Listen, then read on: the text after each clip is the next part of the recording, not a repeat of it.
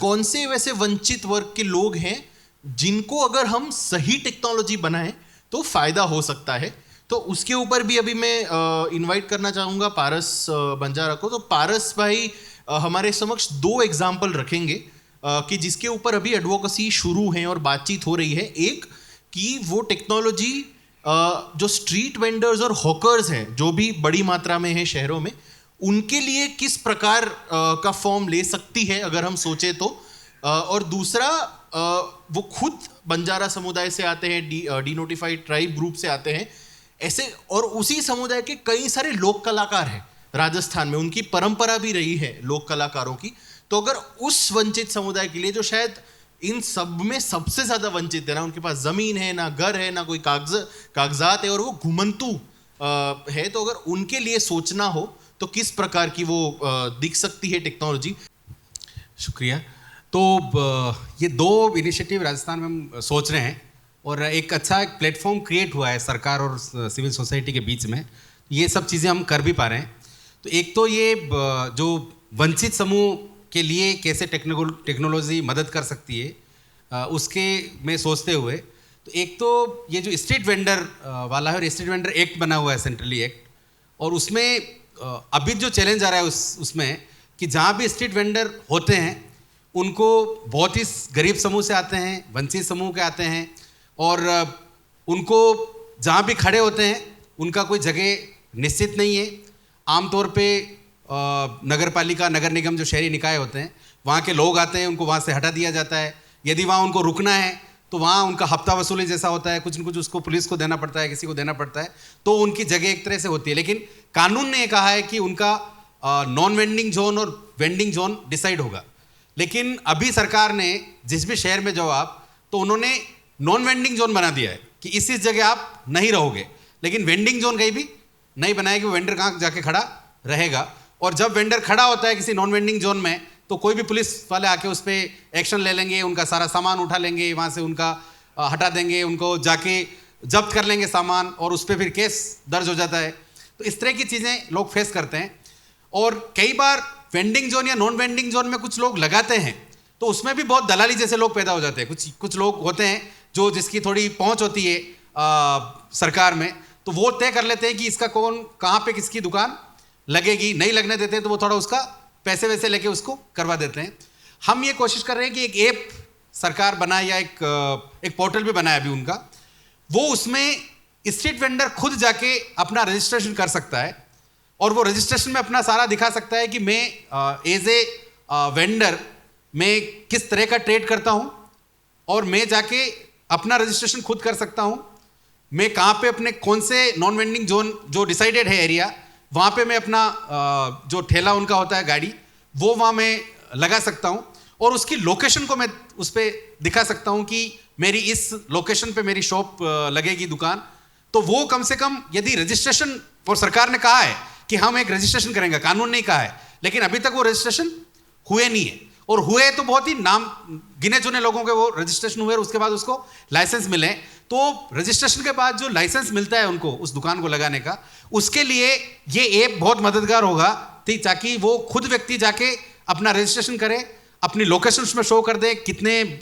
Area की उसका जगह है वो उसमें दे सकता है, कौन सा ट्रेड करता है, कब वो दुकान खोलेगा, किस तरह की उसकी चीज़ें हैं। तो वो यदि उस पर अप्रूव्ड होगी, जैसे ही वो अपना सारा रजिस्ट्रेशन करेगा, अप्रूव्ड होने के बाद उसको वहाँ से एक लाइसेंस मिल जाएगा, ताकि उसको कोई परेशान वहाँ से नहीं कर सके। तो ये एक स्ट्रीट वेंडर के लिए एक ऐप का एक तरह से डिज़ाइन हो रहा है। उससे एक डेटाबेस भी आ जाएगा कि कौन से लोग कौन से ट्रेड के कहाँ पे खड़े हैं, तो ये उससे एक पता लगेगा। दूसरा हम कोशिश कर रहे हैं कि एक पूरा वर्ग है राजस्थान का पूरा आप जानते हैं आर्ट एंड कल्चर से उस स्टेट को जाना जाता है, और जो भी आर्ट एंड कल्चर के साथ जुड़े हुए लोग हैं, जितने भी लोक कलाकार है, फोक आर्टिस्ट है, सारे लोग ज़्यादातर लोग नोमैडिक ट्राइब से आते हैं, और वो बहुत ही वंचित समूह के लोग होते हैं, बिल्कुल मार्जिनलाइज सेक्शन के लोग हैं। वो किसी न किसी जाति के लिए गाने का काम करते हैं, या शादी ब्याह में उनका तो एक जजमानी सिस्टम होता है वहाँ पे कि एक पर्टिकुलर गाने बजाने वाली जाति है, जैसे लंगा मांगनियार है, वो लंगा मांगनियार जो है वो राजपूत या उनके कोई जो जजमानी सिस्टम में होते हैं उनके लिए वो गाते हैं।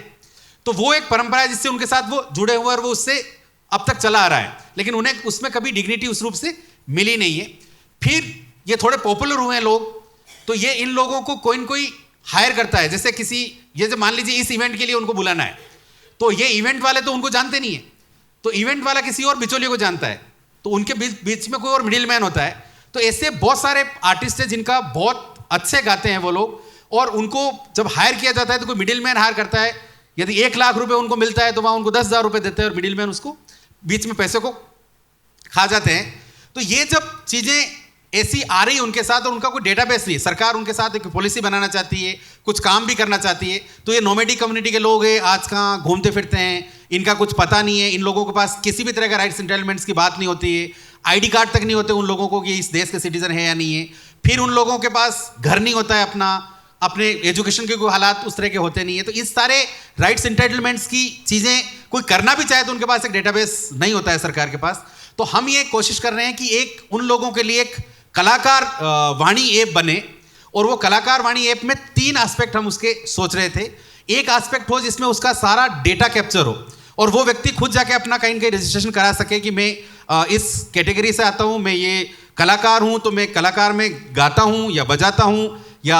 नाचता हूँ, किस तरह का मैं कलाकारी करता हूँ, और मैं जिस टाइप का आर्टिस्ट हूँ, मेरा एक प्रोफाइल का एक वीडियो मैं उस पर अपलोड कर सकता हूँ उस ऐप के ज़रिए, और इसके साथ ही मैं अपना सारा प्रोफाइल दे सकता हूँ कि मेरे पास आज की तारीख में आईडी कार्ड है या नहीं है, मेरे पास मैं किसी भी सरकारी योजना का मैं लाभ ले पा रहा हूँ या नहीं ले पा रहा हूँ, मेरे पास राशन कार्ड है या नहीं है, या मेरे पास ज़मीन है या नहीं है, ज़मीन है तो मेरे पास घर है या नहीं है, मेरे बच्चे स्कूल जाते कि नहीं जाते, उनका पूरा जो बेसिक डेटा है वो उस पर आ जाता है। तो हर कलाकार का एक प्रोफाइल बन जाएगा उस पर कि हर कलाकार किस कला में पारंगत है और क्या उसका आज की तारीख में स्टेटस है, ताकि ये होगा। दूसरा पक्ष है कि उस कलाकार को बाजार के साथ कैसे जोड़ा जाए। तो यदि उस ऐप पे उस हर कलाकार की अपनी जो परफॉर्म करता है, वो जो आर्ट है उसके पास, उसका एक डेटाबेस बन के, एक प्रोफाइल बन के, उसके गाने के 2 मिनट के वीडियो बन के उस पर यूट्यूब के जरिए यदि पड़ जाए उस पर, तो वो कोई भी ग्राहक उसका है कस्टमर, वो उसका सीधा उसको हायर करेगा, उसका सारा कॉन्टैक्ट डिटेल उस पर आ जाएगा, तो सीधा उसको हायर कर सकता है, ताकि बीच में जो बिचौलिए है वो उसका एक स्पेस खत्म हो सकता है, और जो उनको जितना पैसा उनको मिलना चाहिए जो उनकी मेहनत का, वो उनको सीधा मिल सकता है। तीसरा, हमने एक कोशिश किया था कि इन सारे ऐसे आर्टिस्ट लोग जो बिल्कुल मार्जिनलाइज सेक्शन के लोग हैं, जो नोमैडिक ट्राइब्स के लोग हैं, घुमंतू समुदाय के लोग हैं, इन लोगों के राइट्स और इंटाइटलमेंट्स के लिए हमने घुमंतू और कलाकार संवाद प्रशासन कलेक्टर्स के साथ आयोजित किए, और उसमें यदि कलेक्टर और प्रशासन उसको सुनता है यदि लाइव, तो उसको समझ में आता है कि क्योंकि जब उनकी कहानियां सुनाते हैं किसी को, तो किसी प्रशासनिक अधिकारी को समझ में नहीं आता है, क्योंकि उनको लगता ही नहीं आज कि ऐसी स्थिति में भी कोई लोग रहते होंगे। लेकिन जब उनको लाइव सुनाते हैं आमने सामने कि उनके पास घर नहीं है, ये लोग 20 देशों की यात्रा करके आ गए, लेकिन उनको पासपोर्ट रखने का पेटी नहीं, उनके पास जगह नहीं है, उनके पूरे पासपोर्ट भरे हुए हैं लेकिन उनके पास रहने का घर नहीं है। तो ऐसे लोगों को जब कलेक्टर और उनके सामने आमने सामने लाया जाता है, तब उनको लगता है कि इनका कुछ दिक्कत होती है, समझते हैं उन सब चीज़ों को। तो हमने जैसे 1-2 जिले में वैसे ऑर्गेनाइज करवाया, जैसे नागौर एक डिस्ट्रिक्ट है, वहाँ पे बहुत सारे ऐसे आर्टिस्ट लोग हैं। जब कलेक्टर ने उनको पूरे दिन सुना, तब उनको समझ में आया ये बहुत बड़ी विरासत है, जिनकी वजह से पूरा राजस्थान जाना जाता है, इनका राजस्थान की जीडीपी में बहुत बड़ा योगदान है, क्योंकि इतने सारे पर्यटक यदि आते हैं तो इन्हीं को देखने आते हैं। तो जब उन्होंने समझा इस वैल्यू को, तो उन्होंने एक पूरे दिन सुना, और उसके बाद उन्होंने 400 लोग जो आए थे उनको पट्टे जारी किए, उनके हाउसिंग स्कीम की चीज़ें की, उनके आईडी कार्ड बनाए। तो हमें ये लगता है कि ऐसे हर बार कोई आ नहीं सकता, लेकिन प्रशासन यदि ऑनलाइन उनके साथ डिजिटल डायलॉग जैसे लोग अपने घर में बैठ के एक ऐसे संवाद के कुछ प्लेटफॉर्म क्रिएट हो जाए उस ऐप के जरिए, तो कम से कम उनकी बात को सुना जा सकता है और उनकी चीज़ों को इंक्लूड किया जा सकता है। तो ये कलाकार वाणी ऐप की बात हुई, सरकार में चीज़ें चली है,